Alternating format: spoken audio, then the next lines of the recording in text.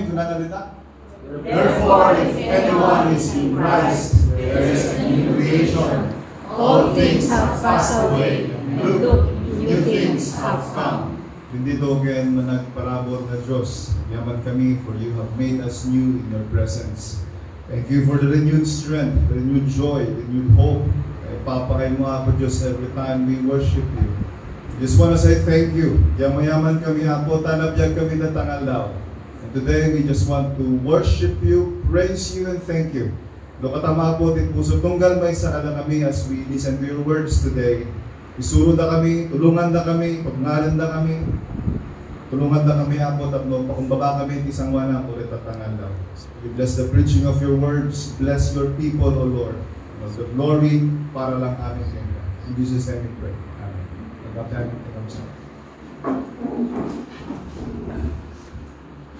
Before we go with the words of God, allow me to testify the goodness of God. Iti biyag di bakit ko. Testify ka na birthday na yun. Birthday na nagtangal daw. Kaya dinasawa ko so na di 21 years old. 21 years old. So na tatang. Kung ano yung tawanan, tawag na bakit ko tamangin na yung mati. Hindi ayat at nga asawa. Balbalasan wala. She just turned 34 today. 34 years old na. So nagragsakan at di Debbie bakit makita di pa nag-grow na faith and love, hope and grace and service of the Lord. Sinamahan niya ako nito. Manin ko di Jay Korea, Honor. Pati di pa nagumay ko dito, may sa ulan ko na ako Diyos. Kaya ako, malikit nagpastor kung anak suportahan ni bakit ko. Hindi pagating ko anak at isunod pa gaya, tinang push ka niya. Kaya kami doon din, pastor ka. So, praise God for her life. Masikog pa eh.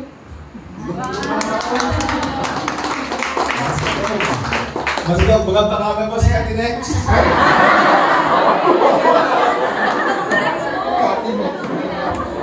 Next. Magaling pa yung matris na rin. Ano lang ako.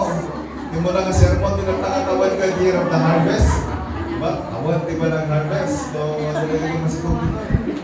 Kaya ito mabalik pa yung nakita matris yun. Ano kaya arami din? Hindi ko wala sa kama. Praise God. Kaya maawis kayo ito amin namdamat yung handa. Child dedication. Jobog. After our service, meron po tayong child dedication. Dedikan tayo ni Micaela. Manglugay, Rira, Usutik Anta. Dito yung adong nakakausap tayong nag-ubog. And we really want to welcome each and every one of you. For the past weeks, we were able to dito yung simbahan, nag-conduct tayo yung vacation music school. Sino po yung meron mga anak na dinala dito? Nag-ubing tayo from ages 8 to 12. Ang wala nagay si Malsaling Pusa, gabi 4 years old. Sino po tayo ng drum, piano. Kaya makapabless na ito ubing under young age pa yan po natin simbahan. Di kalman mat na angay ti first youth fellowship na di Agtutubo. Youth fellowship doon, di Agtutubo, di ba? Nakaka-bless na makita ng mga kabataan na may tulong na nag-serve ka, nagdayaw ni Apo Diyos. Let us continue to pray for our young people so that they will use their lives for the glory and honor of the Lord. Amen. Today, kahit kung nga itulod, rinugyan tayo di last Sunday, i-sermon tayo di Sunday, moving up. You go higher. You move up from a lower ground to a higher ground. Ang atong atukad, masapol nga lagpasam. Lagpasam iti problema tibiyak.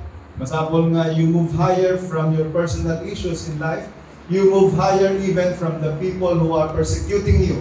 Tatangal dapat ituloy na rito, we continue moving up. Know your identity in Christ. Amen. Alamin mo ang tunay na pagkakakilala ang sarili mo kay Jesucristo. Kilala nyo po ba ang mga sarili nyo? Maliban sa pangalan mo. Ang amok asyak di ko, ang tinagan mo. Ano ang pagkakakilala mo sa sarili mo? It's really a great question. How well do you know yourself? Anya di pa nag-among tabagin. Baka naman yung identity na ikaw kabus mo, kasi magbaga lang itang tao king ka. But how about the true you, the true self? Have you discovered your identity in Christ? Kundi dati pagtutungtungan tayo tatangal daw. Amen! Moyo adong mga tao, already Kristiyano, nagrigat na nga grow, nagrigat na nga succeed, nagrigat na nga baligi, di pa nagbiag, di pa nagpamati. Haan nagaputa sa andang nga namamo ni Apo Diyos, nga gaputa sa andang nga naamamo iti bagida. They were not able to discover who they really are. Iso nga sa andang nga nakita iti real potential da. Kat masapol nga ag-move up tayo. Amen! May isang rason mo lang no apay nga dadagiti suicide, dadagiti madip-depress. Ano apay? Gabo na very low ang kanilang identity. Nababao na yung pundasyon daw with regards to their real identity. Kung ang pagkakakilala mo sa sarili mo ay tingin mo sa sarili mo, you're a failure, you're a nobody, isa kang walang kwentang tao, you are not working, nobody cares for you, masapol nga move up ka. Amen. Magkakabay mo, masapol nga move up ka. Masapol nga move up ka from that identity and start living your true identity, your new life in Christ. Dati binasa tayo, magbaga na nga, dati old, kina dati new. Kung na the old has gone, and the new has come. If you are in Christ, the old should be gone, and the new you should come. Diyan kay kapanunutan nga, basta awanan ka, kapanunutan nga, you are worthless, you are hopeless, walang kwentang tao, naglabas ko mo nagiyahin. At dahil ka na si Kristo, you are a new creation. Amen. Ano talong mabanag nga share ko tatangal dapat sana nagbalag ka dahil di child dedication tayo. Three foundational identity ti may isang tao nga dahil ni Kristo. Una, gawin natin personal, I am a child of God. Bagaman na sariling, I am a child of God. Tama, you're a child of your father and your mother. Kung di nagpaiswanan na, anak na ka ni Apo Diyos. Sana ka nga anak ni demonyo. You are a child of the Most High God. Saan nyo mo na may magbaga ka naging anak nyo, kasi ka talaga, anak ka ni demonyo. Anak mo, you're a child of the Most High God. Sabi sa John chapter 1 verse 12, ipalagip na kita, na babaan ti palang awat na gini sa Kristo, babaan ti panaman na gini sa Kristo, nagbalik tayo ang anak ni Apo Diyos, na ikan tayo ti kalintigan. Wala na. Masahan tayo aming tinapsat, kung ano kita? But to all who did receive Him, He gave them the right to be children of God, to those who believe in His name. Ang kalintigam nga balin nga anak niya Apo Diyos, awagan niya Apo nga ama. Anak tayo, di ama, di tawag na king kuana. Napo na inawat ni Yesu Kristo, kinamati tayo king kuana. What a privilege it is. Nagdakal na pribilegyo. You know, every believer of Jesus has become a child of the Most High God. Palagi mo man takaabe mo, anak na ka ni Apo Diyos. Never look down on yourself. And never let anyone tell you that you are nobody. Never let anybody tell you that you are nobody and that you can never attain anything in life. You know, behold what manner of love. 1 John chapter 3 verse 1 kuna nalitaan niya ang klase nga ayat ni Apo Diyos inted na kana tayo. Tapos maawagan tayo nga anak ni Apo Diyos. At inagpaiswanan na di man nagbasol tayo adayo tayo ni Diyos. We were enemies of God. Nang mula na nagdaklalan unay, ngayon ni Apo ka na tayo. Look at how great a love the Father has given us.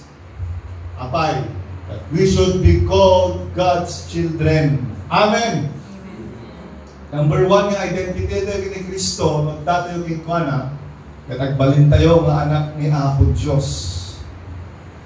Galatians chapter 3 verse 26. Nga madahit ikaw na ada kondisyon na. Hanggang basta ang balinganak niya ako Diyos. Galatians chapter 3 verse 26 ko na dita. For you are all sons of God through faith. Masaan na? Nakunanada? You are all sons of God. Babaan, hindi pa namating kay Yesu Kristo. Kaya pag hindi ka naniniwala kay Yesu Kristo, hindi ka anak ng Diyos. If you do not believe in the Son of God, ang baling nga anak ni Apo Diyos. Isu nga nag-aasap tayo, kami kasaba ka na tayo, nga masapon nga awatan tayo, patiyan din Yesu Kristo. Itinagdakkel nga pribilehyo mo may nagbalin tayo nga anak ni Diyos. Amen.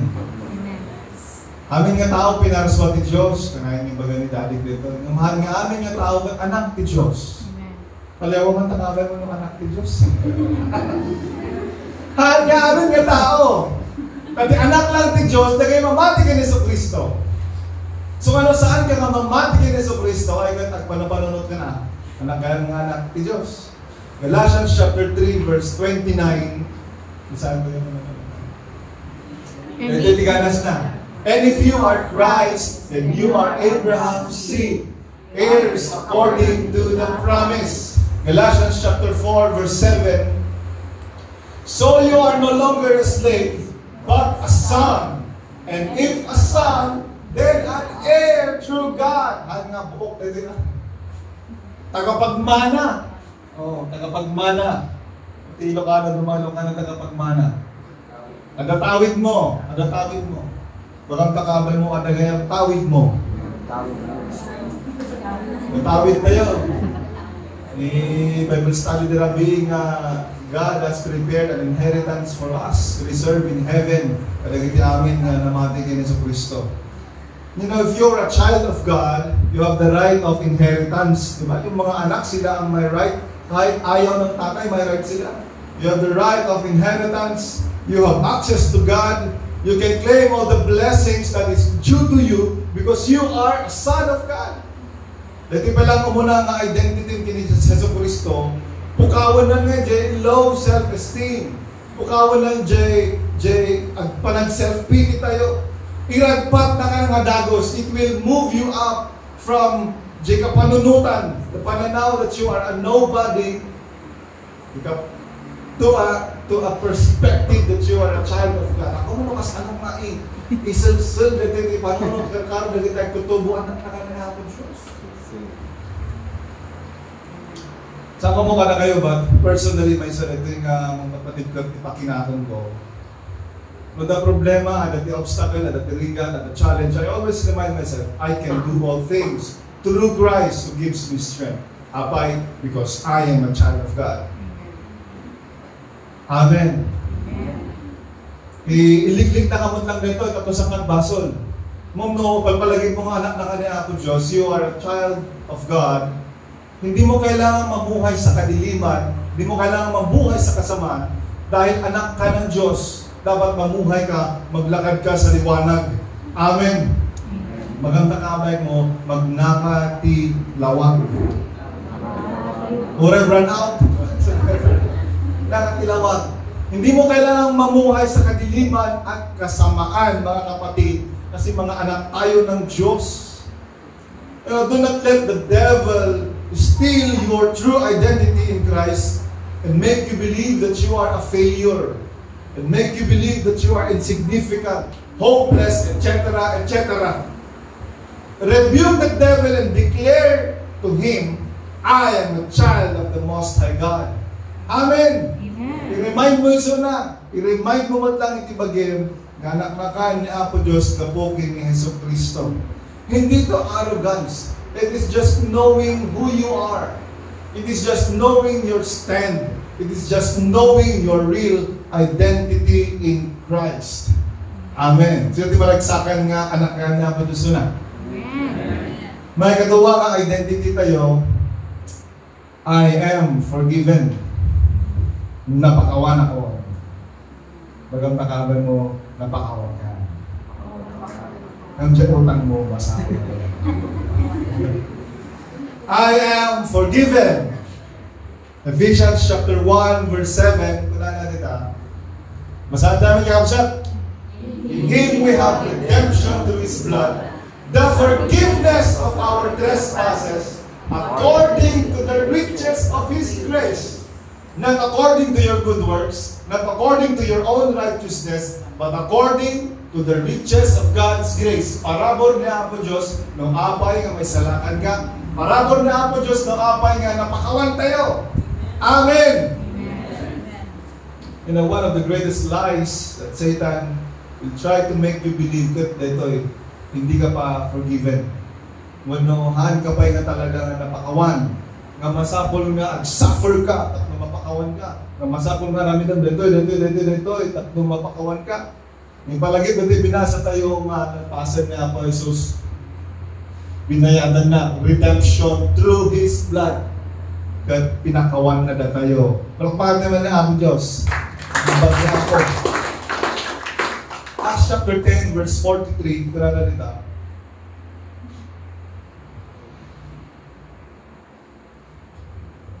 Saan kami kapsat kita na?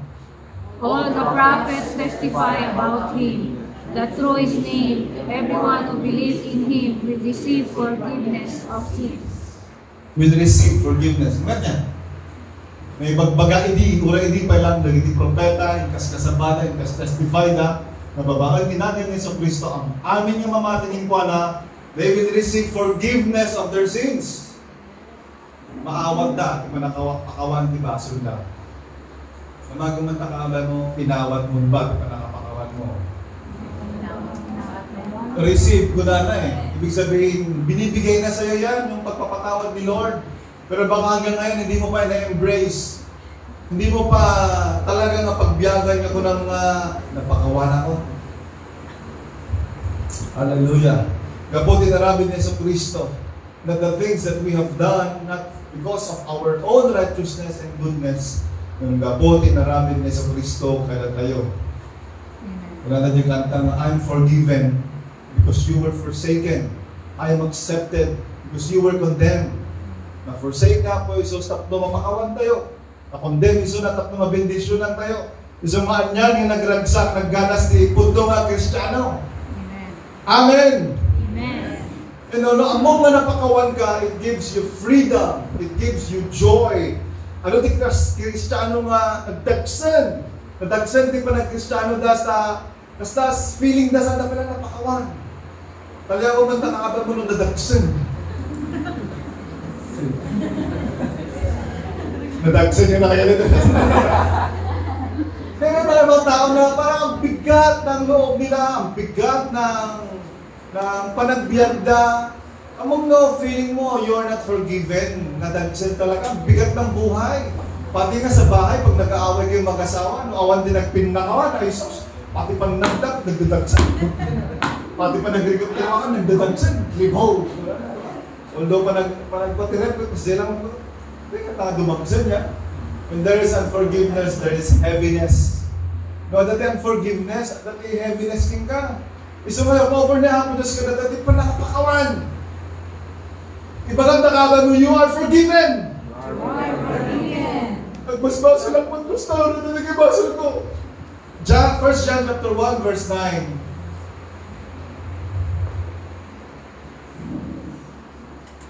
Basahin tayo sa kapsat. Kung nananita, if we confess our sins, He is faithful and righteous to forgive us our sins and to cleanse us from all unrighteousness. Amen!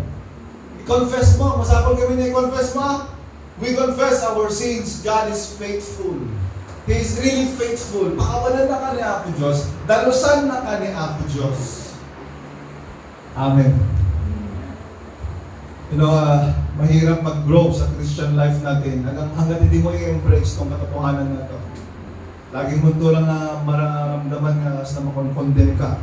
Kung saan nga pagkatan ni Apo Diyos ka, talina tayo di pa nakakon-condemn. God wants us to live in freedom. God wants us to move up from being condemned to being forgiven and set free in the name of Jesus. Amen. Grabe ito impact na kanyang dito, hindi na awatak dito. Hindi na awatak. Nabayagan ko na makisinsip. Parang sa mo mga awatan, ako mag-gets. Yung hindi na awatak dito, agsan-san-san, Anak ang samsangit mo, naging problema lang, naging challenges tibiyag. Ang mga sangitan nila ka, pabalik mo nga solusyonan. Ngam dinaawat at tiyan po, isa ko pa nagbalidak ng mangit. Hang na sangit ka, you are sorrowful, ladingin. Nung sangit di pa nagyaman. Sangit di pa nagyaman niya, kung lang nga, how can this great God, kas ano nga, pinakawanak niya ako Diyos.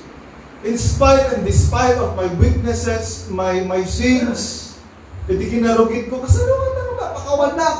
Kas ano nga, ito natin anak na nga bugbugtong, para kanya. Kakawan nga, iti sa baling ibagang mo sa nga, thank you Lord. Thank you, Lord. I believe that every true believer will somehow undergo this experience. Amen. Maritnam, mapadasam. Maritnam, mapadasam. Ito yung estado nagyamyaman niya kini ako, pinakawan na ka. Nagyamyaman niya kini ako, Diyos, taginalusan na ka. Wala kang ibang bukang bibig, kundi thank you, Lord, for saving my soul. Thank you, Lord, for making me whole. Thank you, Lord, for your forgiveness. Amen. Amoy ni Satanas, ang isang pangalan ni Satanas ay accuser. Accuser of the brethren. May isang tungal daw, amoy ni Satanas, di talapayan mo katira sa as na naawan. Kapag mati ka dito, talaga pastor. Hanggang pa'y napakawan. Tira sa as na tumita, kawan. Managpasol ka. Hanggang na ka, mapaling na pakawalan niya Apo Diyos. Kung wala na ito din talapayan mo, yung kadagita nga tiyempo, nga ipok ka mundo kay Guana na ito na, I am forgiven! Amen. Kita pa na, baka nuli ka abang. I am washed by the blood of the Lamb. I am a child of the Most High God. There are two voices speaking to us. Masapo na natin tayo, iboses niya ang Diyos. May katalo, at dito kinapot no, I am loved. I am loved. Nandiyo muna, I am child of God. Yung mga kadwa, I am forgiven. May katalo, I am loved. Na mga ayat kanyak, bagang takaaban mo, Adam ang ayat kanyak. May nagmamahal sa'yo. John 3:16. Bisado na gito pigda dito. Sapay ko nga, nakabasada tayo man. Basahan tayo amin niya kabasad. God loved the world this way. He gave His one and only Son, so that everyone who believes in Him will not perish but have eternal life. Kahit niya po Diyos nga, saan tayo nga mabukaw. Kahit na nga, pagikuan tayo, tibiyaggan ka na yun. Ang nga pagayatan niya po Diyos, that we perish, but that we receive eternal life through His Son, Jesus Christ. At kunana, for God so loved the world. You know, everyone wants to belong and be loved. Kung gano'n isa, or takaaban mo, ang titigas yan, ang gusto niyan, may magmahal sa Kanya. Gusto niyan, He wants to belong. Isa sa mga rason kung bakit may mga tao insecure, dahil hindi nila nararamdaman that they belong. Hindi nila nararamdaman that they are loved. Maamong kami nga sa mga ayating ka, secure ka. Yung tipong, no matter what, there will still be people who will accept you. Ula na kasano, among nga adati balay, kapagawida. Ula na kasano, may, alam mo, may aaruga, katalinga sa'yo, may pupulot sa'yo, no matter what. Pagkabuti tayo, you can become highly secure. Highly secure. Kasi pagkapuan ng security ng tao nito, diyan ang mga adam mga ayat king ka. Amen. Tanungin mo nga sa katabi mo, insecure ka ba?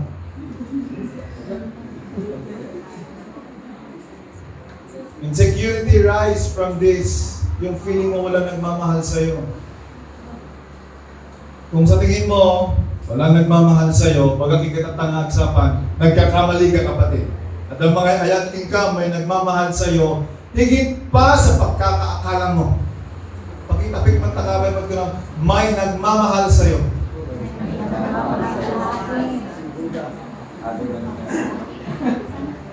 Dadya, favorite ko ang 33rd day ko na I never climbed the highest mountains. Diba no, aral ko na ito rin. Dadaanan ko ang ilang bundok. Kung mula tayo, di ba? Lalamuin ko ang ilang dagat.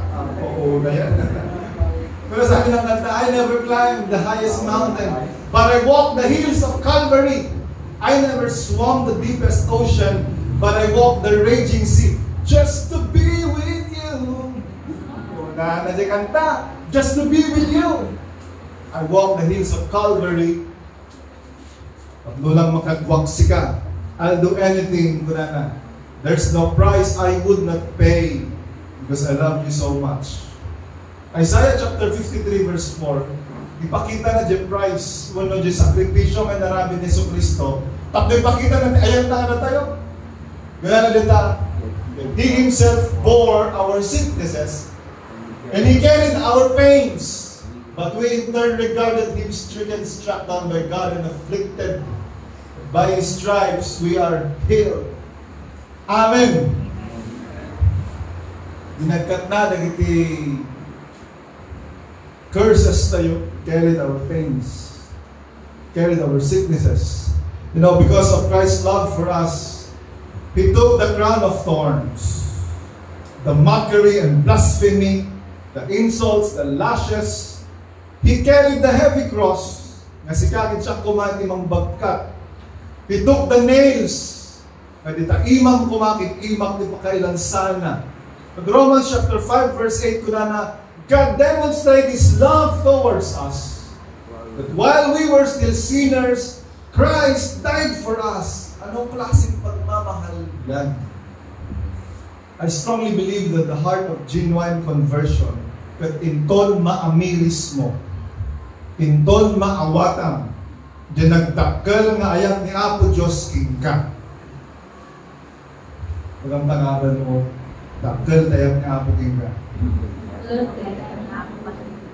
Kung feeling mo wala nagmamahal sa'yo, you have to move up, you have to move higher from that perspective. Kung alaan kitaog na adagayan ni Apo Diyos, adagayan iti ari nga mga ayat king ka. You are loved by a king, the God who created the heavens and the earth. Grabe di compassion na, grabe di passion na, grabe di ayat na kada tayo. Maralayaw di Apo. You know, our real identity is found in no other than Jesus Christ. Kung nakamananda tayo, do not let the devil steal and make you believe that you are not a child of God. Do not let him make you believe that you are not yet forgiven. Do not make you believe that you are not loved. Sa katunayan, mahal na mahal tayo ng Diyos.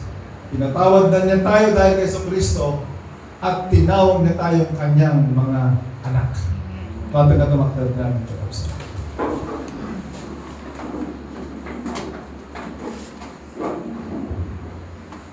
Kasi nagsimple lang dating ang mensahe. But actually, it's the foundation of real Christianity. Knowing the love of God in your life, accepting this love, receiving this identity that He has given us through Jesus Christ.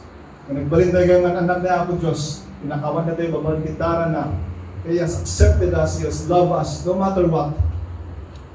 Kakararag ko, matunggal may sakala tayo, maragpatan tayo, from the old you to the new creation that God is offering to everyone who would believe in Jesus Christ. The old has gone, and the new has come. You are a child of the Most High God. You are forgiven, and you are loved. Hindi ito kayo managparapol na Diyos. We thank you for your words today. Make it grow in our hearts. Make us believe, Lord, na punto nito iti panagbiag ni. Ipamuhay nawa namin, Panginoon, ang mga salitang ito na hindi lang namin ito naririnig. Pero araw-araw, Panginoon, we will remind ourselves that you love us. You deeply love us. You have forgiven us. You have accepted us. We are children of yours. Ang anak na kami, Apo. Tulungan na kami nga at biyag. Babaan, Apo, Diyos ka naging sasaong to walk in the light just as you are in the light. At agbyag kami nga kumaapo, kas putputnong nga anak mo. Biyag kami kumaapo, Diyos, with joy and with freedom. Agbyag kami kumangarot, Apo Diyos. We are secure. Ang muming nga secured kami, Apo Diyos, iti presensya because you have loved us. Madayaw ka, Apo, madayaw ka. That your will be done. That your kingdom come to each and every one of us. Bendisyonan na kami nga pada-pada. In Jesus' name I pray. Amen. God bless you.